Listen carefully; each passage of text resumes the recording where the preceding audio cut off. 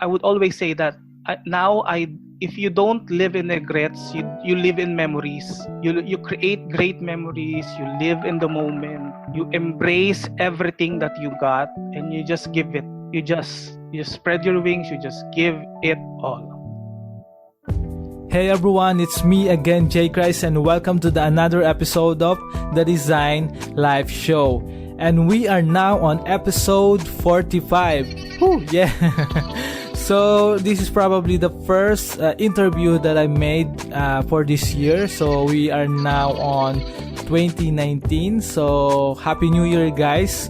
And for this week episode, I'm chatting with Rollan Bañez. So he is really passionate about arts, creativity, and design. He channeled this insight in mastering Adobe application and become one of the most widely disciplined Adobe Certified Experts in the Philippines. He managed several online and local design communities including Graphic Artists Philippines and Adobe User Group. He also loves to share his knowledge through events and seminars as a stockholder of Creative Nation Academy. In this episode, we talk about his design life stories from ground up, how to follow your passion and earn from it even at a young age, 3 things to keep in mind when designing to solve real-world problems, and actionable steps for you to get started on your own creative path, and the importance of having a mentor for you to succeed in your chosen career, and much, much more. So I hope you enjoy this first interview for the year 2019. So I'm hoping to publish more episodes in the coming weeks. So I hope I'm giving a lot of value through this episode or through this podcast. And if you love to leave a review on iTunes, that means a lot to me. So I really love to know more on how can I improve this podcast, on how can I make this more a meaningful journey, not only for me, but for you as well, my listeners.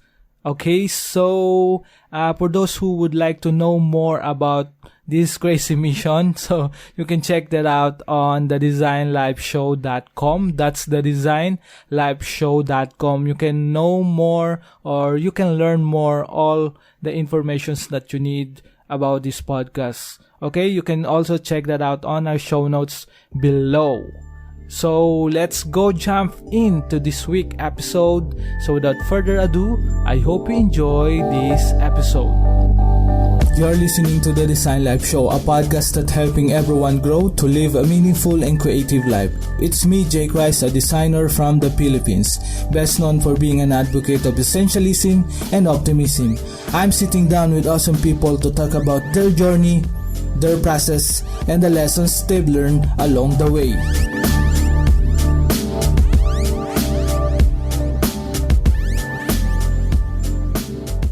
Hey everyone, welcome to another episode of TDLS.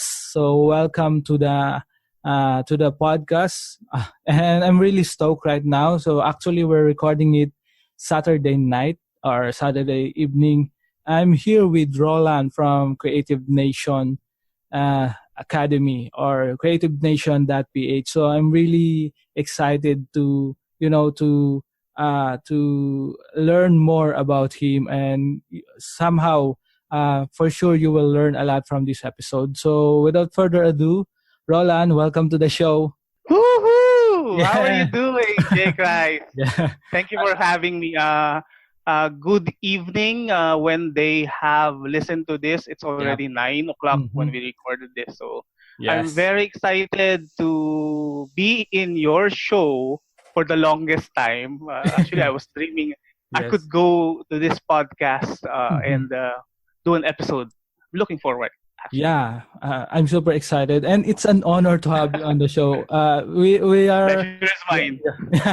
I know you're really busy, and I'm really honored to have you on the show. So to carve some time to be on the podcast, it's really means a lot to me. So for those who are listening, or for those who don't know about you or don't know who is Rollan, can you share a little bit about your background and what are you doing right now, just to give context into this episode? Wow. Okay, that's great. That's a great question.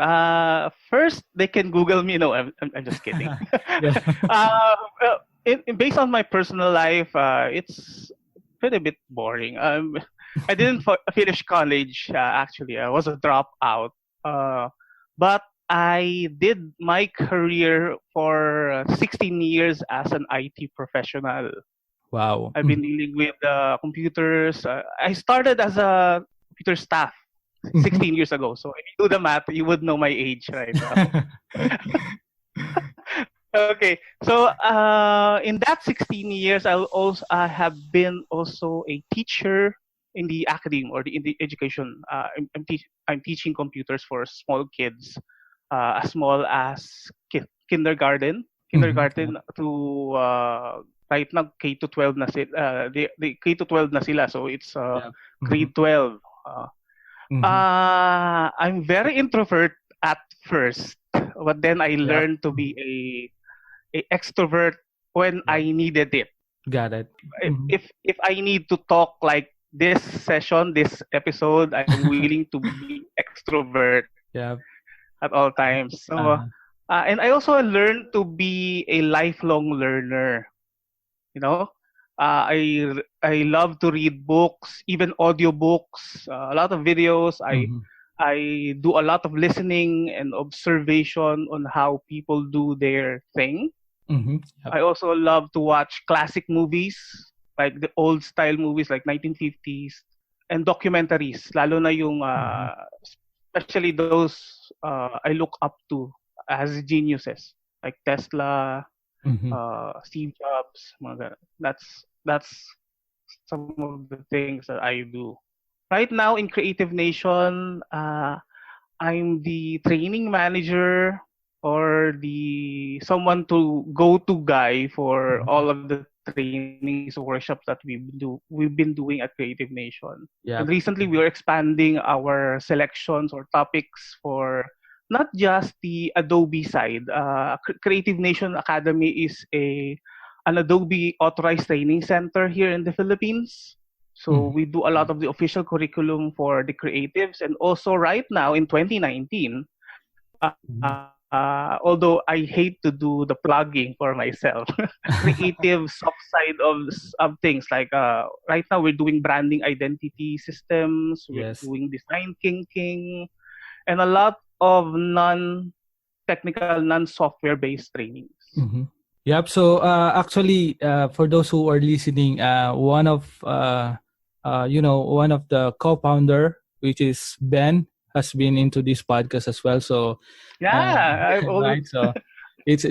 I've listened to that podcast episode. I think they know now what's Creative Nation Academy. I think Creative Nation Academy is really helping a lot of creative professionals or even those beginners, right? So it's really amazing, and I think it's really cool. So I want to touch all the, there's a lot of topics that I can touch on your journey or on your introduction, right? So I think you've worn a lot of hats for the past few years. I just want to ask, what is like growing up? Totally. Yeah, what is like growing up as an introvert? As a creative. As a creative and introvert, we have a lot of ideas that sometimes we can sleep because of that, right? So what's can you describe growing up as a creative or as an introvert? Jay Christ, I can definitely relate to the question that you're asking. When I was young, I used to draw a lot of things. I doodle a lot. Sometimes if you would see the back of my notebook, I draw a lot of things. And growing up in the 90s, again, I'm revealing my age. I'm very fond of like mostly any Filipino teenager that time or young individual. We do a lot of anime watching, those shows back then, every time in the afternoon. So I draw a lot of that content. That content. And surprisingly, some of the things that I've drawn or drew at that time, I sell it to my classmates. Wow. Got it. That's what I do. Back then, I was selling my items. Can I disclose this? It's around in the hundreds Yeah. back then. Nice. It was the late, the late 90s, around 97, 98. So the biggest one that I sold was around 1,000 back then. Right? That's a big money back then. Yeah, it's a lot of money back then. So, but then it shifted to another course in my life. Then I saw and build my own computer. I was doing a lot of manual designs, manual drawings. I was an artist first before I become a designer. First saw a computer. I was also in love with technology back then. I did to build one on my own. It's computer with 60 back then. I was using what was the Photoshop version? It's the late version, It's the late the old version of Photoshop. If I could recall, it was Photoshop 3 or 4. So that's when I got acquainted to using the software itself to do my design. So back in Photoshop, actually I didn't create my first designs in Photoshop like until 2001. I was just doing design work for Photoshop, but I don't do art work in Photoshop. I think that's very bizarre for me at that day. Looking back, I didn't know why did I but maybe I was very attached to my traditional side. Got it. That's why. So what's all the you discovered Photoshop? Are you using it for fun or just to or you have a freelance work from back then, or how can you describe how do you discovered Photoshop? From the traditional world, right? So and then you jump ship into a more a more technical, or let's say using software like Photoshop. So I was doing some designs for business cards and posters back then. Got it. Even for school events, I do that. But back then, it was very somehow. How could I coin this? It was very hard to do creative work back then because back then, my client just some of my friends, some of my relatives back then. So I think relatives, right? When we give them when someone give them a job for let's say an event, family event, somehow some of them would be given like the biggest one would be 500 pesos back then. Okay. But actually I have a rule for that. If you can do it in 5 minutes, I think I could just do it for, let's say, 500 pesos. If I can just do it in 5 minutes and no revisions. Okay. And then lately I've discovered my love for Illustrator, because as you would see, it's when Illustrator was back then, it was Illustrator 9, and we're having some problems with transparencies because we're adapting from the PostScript era to the PDF era back then. And I love Illustrator for that reason, because as you and I would know, Illustrator is vector based, right? Yeah. So you can have all the freedom of designing without that big of a footprint to your computer. So and after that, it was pretty early that I discovered InDesign. Although I've been using PageMaker way back then. InDesign was very early at that stage. I think this one is around 2001 already in the timeline. Mm-hmm. You're in the college, or what year? Back then I was first year.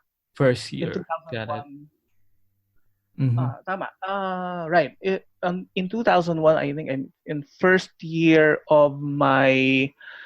I did attend a technical vocational course back then, but that one was just an associate degree.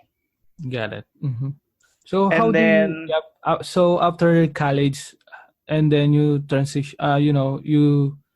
You got a degree. How do you? actually I didn't finish the degree itself. Okay. Got it.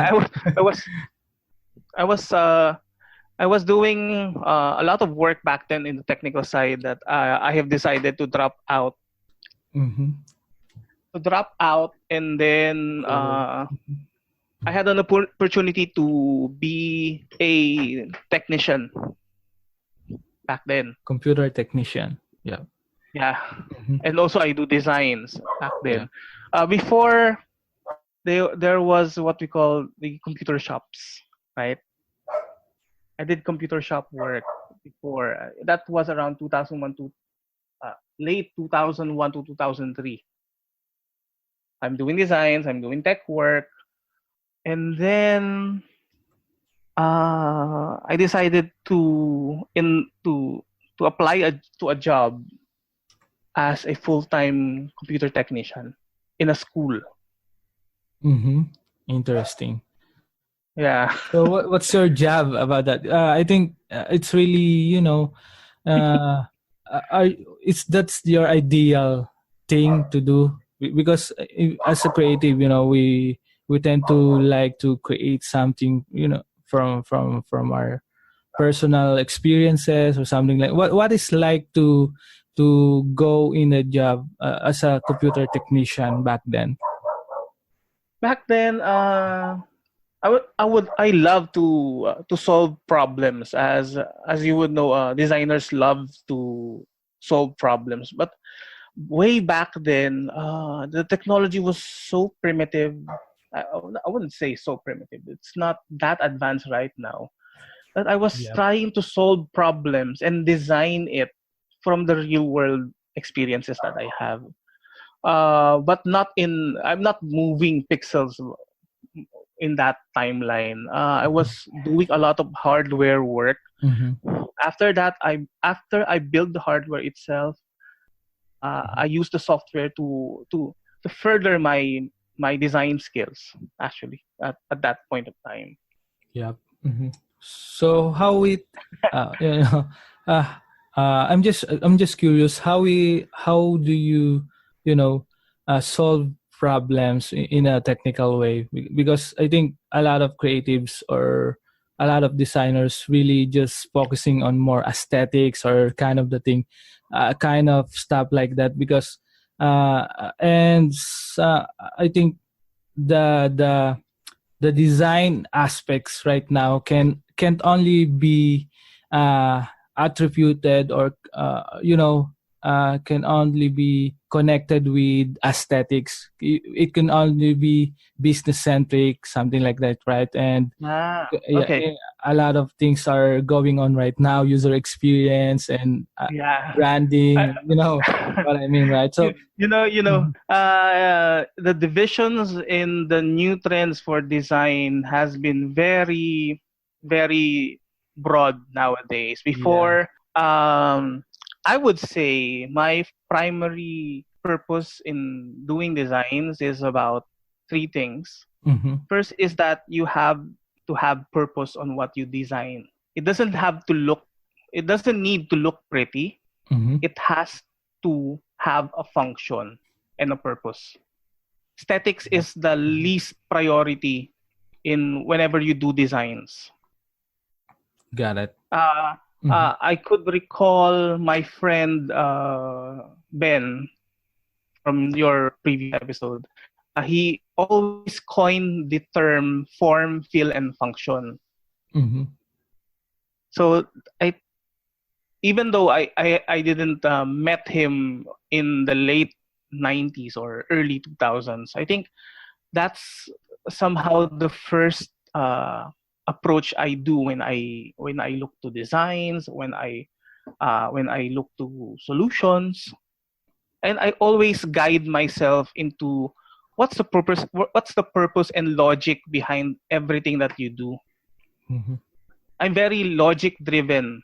Yep. Actually, if that won't work, I would try it for 1 or 2 times, but I would tweak a little bit and then try to solve the problem.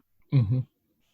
I always use logic, and the least would be the designs. As you would see, when they visit the site or the web the Facebook page of Creative Nation, it's a very simple design, and what's the primary purpose of it? It's just for information dissemination. Yeah, as you would see in the Facebook pages that we 100%. do, right? Yeah, I see that. Especially today, with the short span of attention of people. It's very right? on point, right? Yeah. Okay. 100%. And can you 10 years from 10 years back then, or 5 to 10 years before, how do you compare design right now, if you compare it before? I think I started design, I think 2011, so I've been doing some programming stuff back then, and then eventually I think it's a natural progression. I think it's you have to deal with some back end thing, and then you have to deal with front end thing, right? So you have to you have to meet those needs in naturally, or in terms of progress, right? So can you compare, if you will compare it back then and until now?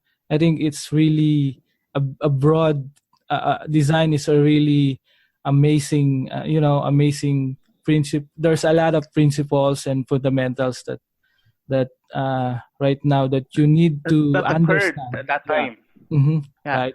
I would say the tools have been very easy to learn right now, because back then, if you have the tools, it's not a guarantee that you're going to. There are two factors actually. You have to have the basic or the solid foundations of design and the technical know-how. It's still the same today. Yeah. You need to have your basic solid foundations of design, but the thing is, it's split, but it's divided into specific industries. For example, if you're doing design for print, if you're doing design for web, or if you're doing design even for social media, you have what we call content velocity. So that, I think, would be the primary reason, or the primary factor that we could consider as the basis of the difference of the design back then to today. The tools have changed. It's more intelligent. Yep. I think it's far more intelligent right now. If you use the latest Photoshop release, or any of the Creative Cloud apps right now, you'll be amazed of the new features that they have. But then at the essence of it, you still need to have a solid foundation of the basic principles of design. 100%. I think it's really true, because a lot of principles right now always start with the basic, right? So you will find yourself doing the basic, and then create something new or innovate that in your specific project or specific problems. Yes, right? That's really totally. If I would share, there is this notion or this idea that when you learn the basics, you obey to the rules, and then after you learn and master the basics, I think that's the way you will bend the rules 100%. or somehow violate it. not on a bad way to violate it. Yes. But somehow, if you're fond of, have you what we call that? Have you seen the designs in Raygun magazine back then? Not really familiar with it. Okay. Raygun magazine back then, it was out of the convention in terms of the design. Got it. Because its design approaches for rock stars or bands, or it has a grunge feeling. Maybe we could put that on the show notes for sure. Raygun magazine. But the thing is that magazine has been out of the circulation for the late 2005. Correct me if I'm wrong with that, because I have the official book. So back then, back to the premise. The thing is, when you have a solid foundation, you can break the rules and make your own style. That's the idea. Yeah, that's really true. I think there's a saying that I think it's all, you need to know the rules first before you break it, right? So I think it's kind of collide on that particular term or particular topic, right? So that's really cool, man. So let's go back in your journey. You've been doing technical stuff or as a computer technician, and then how do you jump into this world of workshops and inspiring creatives, especially the new younger or generation? I think that's the most, or the crazy mission of Creative Nation, right? So how do you jump ship into this teaching creatives or to improve their mind or their crafts? Yes. I think it started around, if I could recall, it's around 2010. Way back, I was in the school. They asked me to teach something regarding design, regarding a lot of the things that I really love to discuss with them. So the school has propelled my curiosity to teach back then. Although I am teaching on the school itself, but I have never had somehow adult learners in my grasp back then. Back then, I did Photoshop for them. I also did Mac OS orientations for them, because way back on 2010, a lot of people is not using Macs, especially on the school side. And then it just started that I was being acquainted with a reseller of a specific software. And then I did some workshops with them. I even did workshops for 3D animation back then when it was Maya. Wow. Yes, when it was Alias Wavefront back then. It was not being bought by Autodesk back then. So I did some workshops with that. And then I started to notice that it was changing me. It was changing my mindset that this thing called teaching or knowledge transfer is really a very noble profession, because you get to change minds, you get to change habits, you get to change lives by teaching them something that you learned and sharing it with them. 100%. So what's the in personal terms, what's your driver when it comes to teaching? Because I think it's on, some are, they teach just to earn money, just to create wealth, right? So what's your main driver in doing that?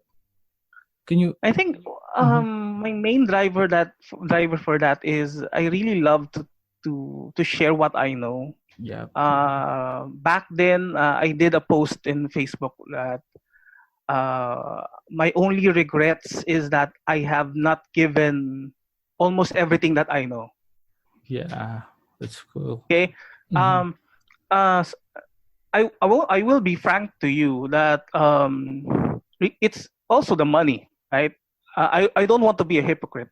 Yeah. Mm-hmm. But the thing is, when when you become very successful at teaching people things that would benefit them, the money would just follow. It's a reward. Yeah. Actually, the money is a reward.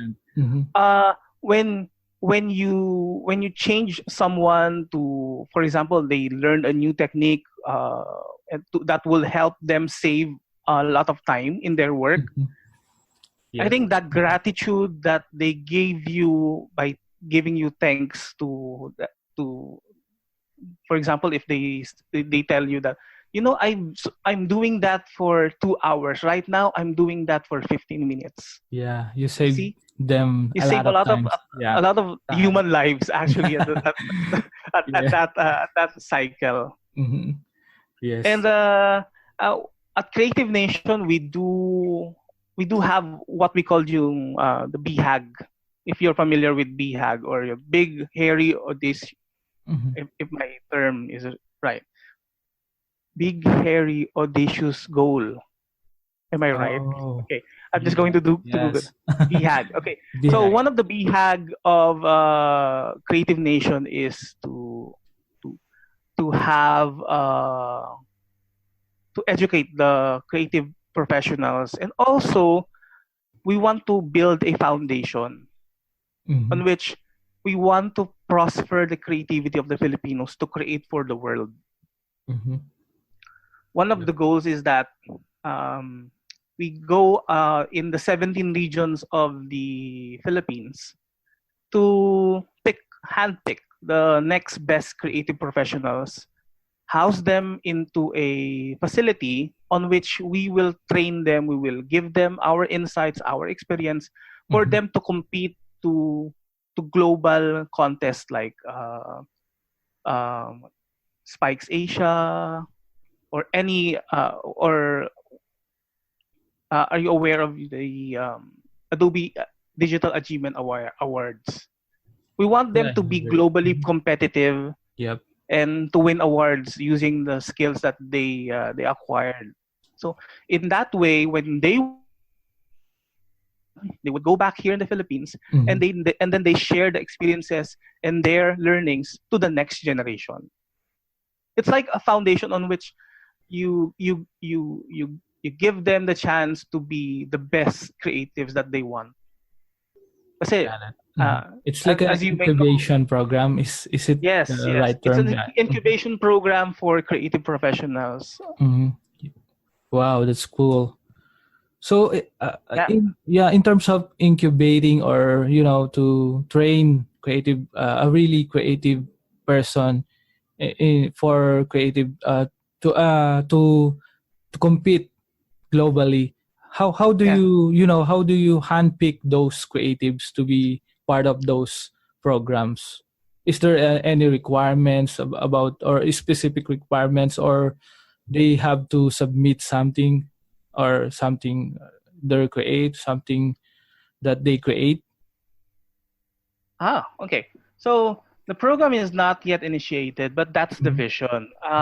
If I would give some metrics to this, one would be creativity and the opportunities that they are somehow deprived to. For example, if we saw someone who's very great in art or design, but they don't have the capacity financially to forgo with their projects or their endeavors, their work, we put them in a priority list. The less fortunate creative professionals, because we want them to have the full experience of someone supporting you with your goal, your passion, your gift or talent. Yeah, that's really cool. Wow, that's really cool. That initiative would be after we have established Creative Nation as a training institution for all creatives. Yeah, I think it's really cool. I think as a growing up as a Filipino, as a there's tons of adversity, especially personal, not only in the outside world, but especially personal, because you have to deal with your self-doubt or something like that, not only financially, right? So I think it's really a great way to make more make the Filipino creatives a more competitive, not just here in Philippines but international, because I think I met a lot of talented creatives, but they're they're stuck with something that they don't like. There's always the challenges. I can definitely relate to your statement, especially our Filipino mentality for if they ask us regarding some financial slides, that it has this notion that if you're in the design or arts track, that it doesn't have any money on that. It doesn't have any value or monetarily, financially. But we do believe, and we have tested this. We have achieved this. We have a sister company called Straight Arrow Corporation, on which we house creative professionals with their skills. They are financially being compensated to the work that they do. Wow. So it's possible at the first place. Yes. Yeah, especially the technologies we have, right? Yeah. Yeah. I think there's a lot of progress right now. As I think I see a lot of progress. It's still far beyond with other countries or big players, but still, I'm really glad to see progress in that particular topic or particular thing. Yes, J. I just want to also appeal to all of the creatives here in the Philippines that I think it's time for us to gather together to be a solid community on which we set aside everything. For example, our ego, our insecurities, and just focus on delivering services to other creative 100%. Professionals, right? Yeah. At the end of the day, if we don't cooperate with each other, we are all losers. 100%. Don't want that to happen, really right? Yeah, that's really true. As I observe, I think it's been a part of the culture as a Filipino. There's a lot of association, or there's a lot of groups that that forming as an independent group, right? I think if you would gather all that groups and then bring them in one group, that's I think I envision it as a really amazing thing, right? So actually, that's what Creative Nation is doing right now. We are somehow a platform on which, if you want to teach something, if you want to share something, we can provide you the logistics. We can provide you almost any support that we can give you. Yeah. As you would notice in our campaigns, we are highlighting the new instructors that we have in Creative Nation. And the thing is, they don't have to be very committed to Creative Nation. The thing is, if they contributed something to the creative community, that we're fine with that. Yes. Yeah, that's really cool. I think that's that's really great. What's a great idea, J. Christ, is that possibly I could invite you to a workshop in Creative Nation. Yeah, for sure, man. That would be cool. Now we will talk about you, and we will talk about great ideas. I think it's really interesting to talk about it. Basically, in a podcast, there's a lot of shitty contents outside, right? I think I'm really passionate about doing meaningful content, right? So imagine that if we just get all those creatives in just one group, right? That's really amazing. Yes. I really envisioning your your mission. That's really cool. So I'm just curious, Roland. Yes. There's as a creative, there, especially the beginners or the no, we can call it just to those who just getting started. Young bloods. Yeah, the young bloods. Yes. The mindset. It's really different if we compare in your vision or in your mindset.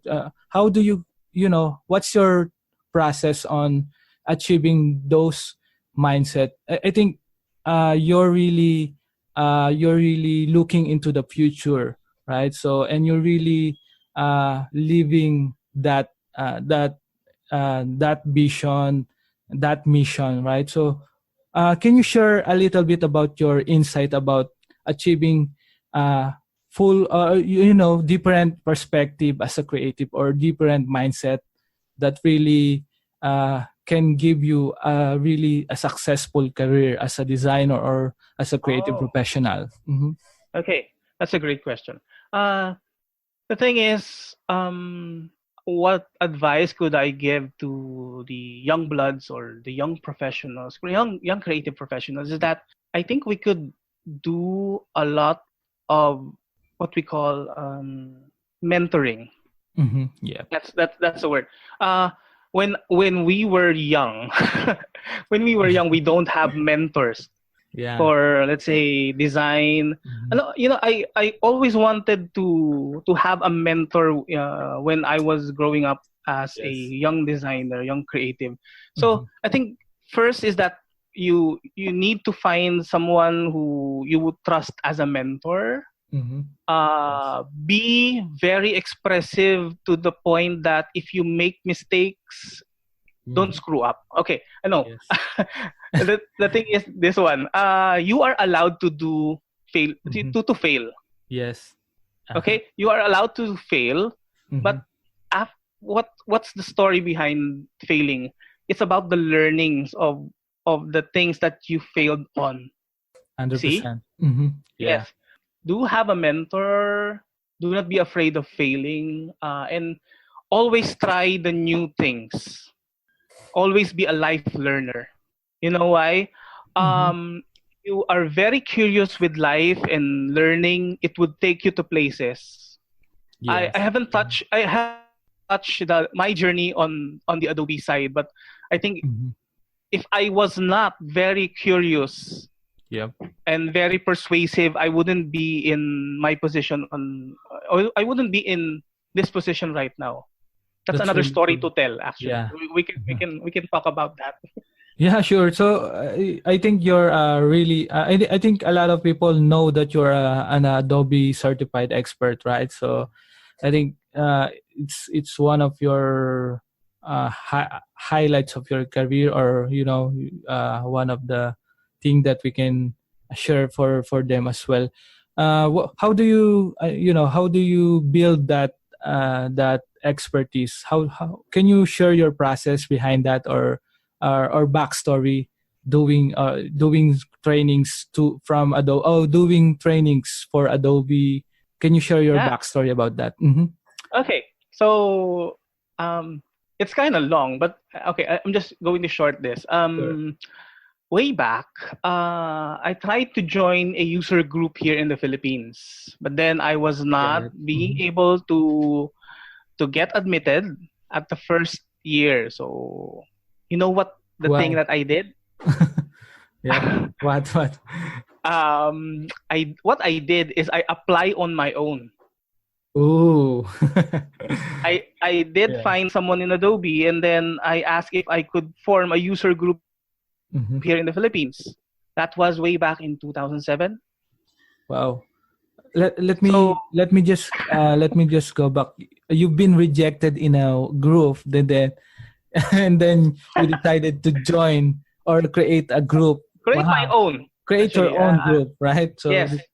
Wow, that's really cool. I have another story on somehow what we call elitism in the creative field, but I don't want to touch on the negative. Okay. Yeah, sure. way back then, I was challenged that if I cannot join that group, I would create my own. And so I did. And then I've been in the program since 2007. I've created my own somehow user group in the Philippines. It's called Graficarista Adobe User Group. You can still find them in Facebook. Some of them are very prolific now, which I won't mention anymore. But the thing is, it did help my career and also their career to prosper in the years to come. And then after that, I got admitted to be an Adobe Certified Community Professional. So it's a program on which on Adobe that you could do a lot of more events for Creative Cloud or Creative Suite back then. Got it. And recently, last year, I have applied another program. I have applied to another program, which is the Campus Leader. And then after that, I got admitted to the Insider Ambassador program. So, so the thing is, after all of this admission to the program, the only thing that I could share with this is that you have to position yourself to be the resource in terms of what you want to achieve. For example, if I didn't position myself as the resource for example, if you want to share what's new in Photoshop, what's new in Illustrator, you won't have that opportunity. So you have to really work for it. Get it. Yeah, 100%. Even at times you have to attend a webinar for, let's say, it's 9:00 in the US, and you have this in our timeline, in our time. If that's 9:00, it's 12:00 here in midnight. So you have to attend the webinar, you have to learn it, and then you share it in social media. You have to. Wow. You see that there's a lot of work. Yeah. You have to do the forums. You have to curate the content. Yeah. And it does take a lot of work. So it's not just being in the program. You have to also do the work. Got it. So you're talking about the work. So I'm just curious, what's your process? Balancing these things, good stuff that you are doing right now. What's your process on that? How do you balance or design your life or design your schedule in terms of doing different things in a as a I think as a creative we don't have sometimes we have a lot of creative mess, or we don't systematize things. But I think if you have a 360 full view of your day, of your time, I think it's really efficient as well. Can you share your your process tips on or process on how you design your schedule or doing juggling all these things? Yeah, I usually design my schedule. First, I do keep a journal with me. Yes. Sometimes I do not log on that journal. I also but now I do keep my notes on my phone on the cloud. Yep. And then I just schedule all of these things in my calendar. Although my calendar is not online, my calendar is on my computer only. But I try to separate things that has more priorities rather than some mundane task that I have to do. Got it. And I categorize it to the most important, to the least important, to a segment on which, for example, if I'm doing posting for Adobe, posting for creative communities, doing events, it's just a matter of time management and setting it on a free and open date and time. Got it. Wow, does that make sense? Yeah. That's really good. So do you have any I think for me, do you have any time frame for work? Because for me, I get up 5 a.m. and then I stop all the work at 3 p.m. I guess. And if there's something that I need to prioritize, I think I can work at least up to 9 p.m. But that's my limit. 9 p.m. I go to bed, wake up at 5 p.m. and then rock and roll again. So do you have any set of times like that? Because you should be at bed right now. No, I'm just joking. Yeah, sure. It's okay. Right now, actually, I'm a very workaholic person. I'm so sorry for that. Yeah. No, I mean, I'm not so sorry for myself. I'm so sorry for the listeners itself. I often break my own schedules into. I have this what we call in the zone moments. Got it. That whenever I'm in the zone, I just do work regardless of the time. But most commonly, I do sleep in on the range of 11 to 1 p.m. a.m. Got it. I do work starting from 6 till 9. Wow. And sometimes I do nice. Power naps. Yeah. So like 1 hour, 2 hour power naps. I often do that, especially right now at my certain age. Cool. Yeah. Cool. Are you using some productivity apps that you are using right now, or you just rely on your calendar and your? I just rely on my calendar and my journal. I also text edit or notepad is my friend. Yes. I always jot down. I always type what's inside my mind. I put time frames on them. If my computer would be gone, some of my plans would be out. But recently, right now, I'm uploading all of that content. So that's what I use. Recently, we do use Trello, but a lot of emails and notifications really makes the work right now. Yeah, that's cool. I think for me, balancing. I'm an old-fashioned guy in terms. Yeah. I don't use a lot of apps for. Yeah. Because there's a lot of learning. Yes. Yeah. Likewise, I think call us old person or a classic person, because I always do journaling. It's just annoying. It's just it's just how we work, right? Yeah. So sometimes we don't have to stick to another one's workflow if it doesn't work for you. Yes. The thing is, if you can try to fit in the workflow, but if it doesn't work for you, you should always revert to your classic style. Yeah, 100%. I think pen and paper is really. I can stress you out about that, how important it is, because you can see a physical thing, and I think it's okay. I'm not saying that it's not okay to have an analog version of notepads or all that good stuff, all that apps, but like what Rollan said, right? As long as it works. Yeah, it works for you, and there's no one fits to all solution. I think I think it's also one way to build good habits, and as well, stop procrastination or lessen your procrastination. Yes, I hate that, so to speak. Right? Sorry. Yeah, that's really cool. We have very limited time on this earth, and I think procrastination is really a disease on its own terms, because we are destined to do a lot of great things. 100%.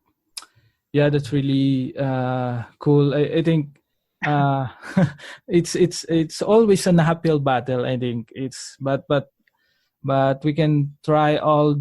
We only have we have only 24 hours in a day, right? So we have a lot of ways we have to maximize the moments that we have in our life. Maximize it, ways to really dive in your process, or in your routines, right? So thank you so much, Roland, for sharing that. I think that's really amazing to know what's your process and share that to the creative professional, especially those people that are really getting started on doing this kind of stuff. So if you I think you've been into, like what I've said, you've been into a lot of hats, and you jump shift into another field right now. So can you share, if you go back, can you share your best practical advice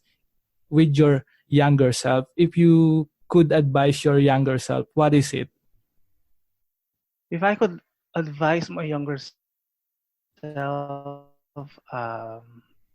I think I could tell a lot of things to him. I could tell to him that, again, it's really okay to fail. And you have to think less of people that will judge you. It doesn't matter what their opinion is, as long as you're very comfortable with yourself.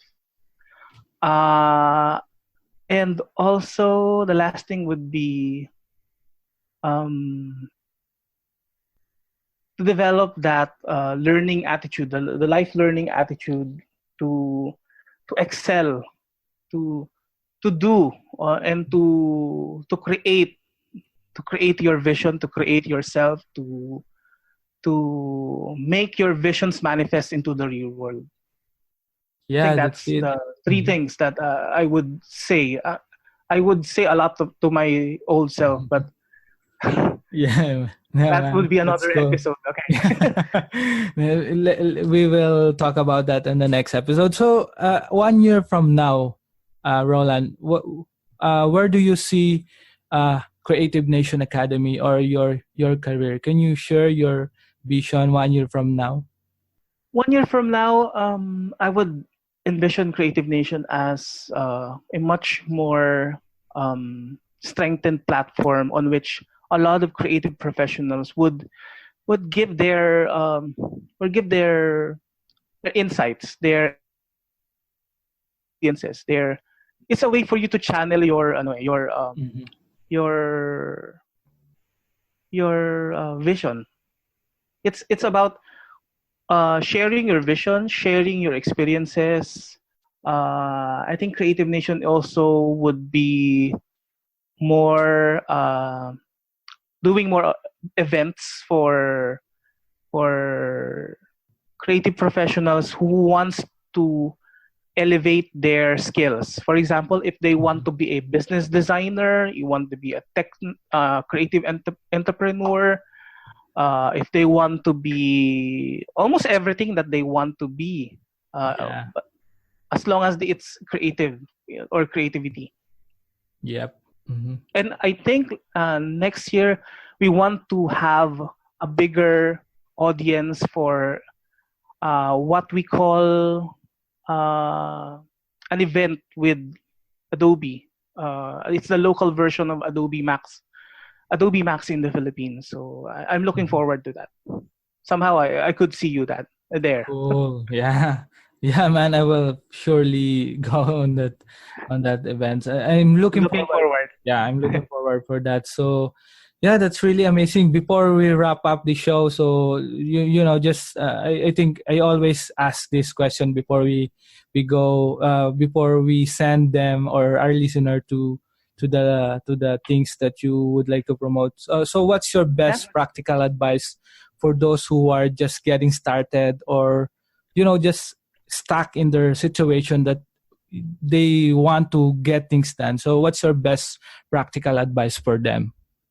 The thing is, you have to prioritize things, and make sure that you are not living just for the sake of living. Okay, I often tell this to my my my students, and also some of my what we call padawans or trainees. Hi Mars. Okay, Yeah. I'm just name Shout out. dropping. Yeah. And Gems Bocalbos. Okay. Shout out, guys. Shout out. Okay. I always tell them that you have to live in the moments. You have to gather all your strengths to be the best that you can be at the specific time, so you won't have regrets.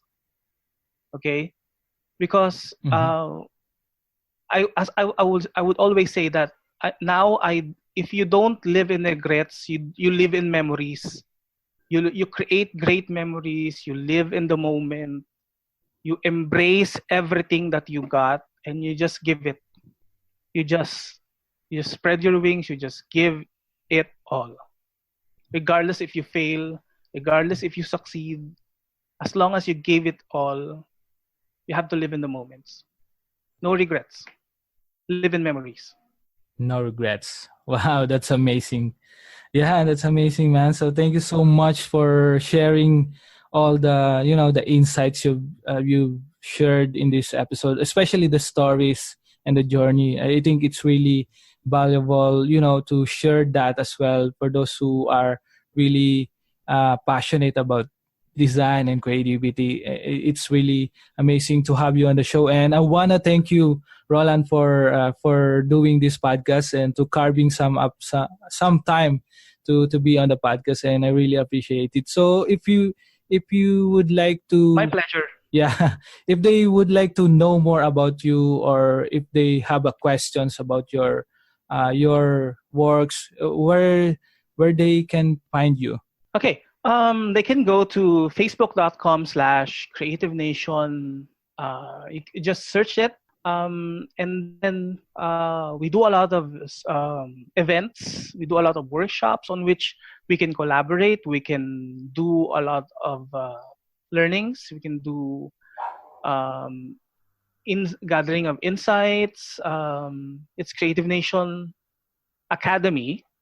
You can also add me. You can just search me on Facebook. I would, if you love to have a chat, if you would love to insights, if you want to partner with us at Creative Nation, you can definitely do that. Anything else? CreativeNation.ph. Yeah, creativenation.ph. For sure, for those who are listening, I will put all the links on our show notes and all the recommendations that our friend right here gave into this episode. And if you're listening to Google Podcasts or Apple Podcasts, just scroll down and you will surely find all the links that we've mentioned in this episode. And you can also check that out on the designliveshow.com. So you can check all the episodes and previous episode that you might find valuable. So again, thank you, Rollan, for accepting my invitation to be on the podcast, and I really appreciate your time. It's a little bit late, but I'm really honored to have you on the show, man. Thank you. My pleasure, J. Christ. That's a wrap. Yeah, thank you. Okay. And that's it. Thank you so much for listening to the Design Live Show. I hope you guys enjoyed this episode. If you want to support the show, you can do so on Patreon. Head over to patreon.com/TDLS or go to thedesignliveshow.com. And you can find the donate button on the top to learn more on how you can support the show. And for some cool extra stuff, you can get an access to my private contents like AMAs, where I take questions exclusively from Patreon subscribers, or check out other stuff I made where I talk about essentialism, design, creativity, and business. I give a lot of value into this podcast that can't be seen anywhere else online.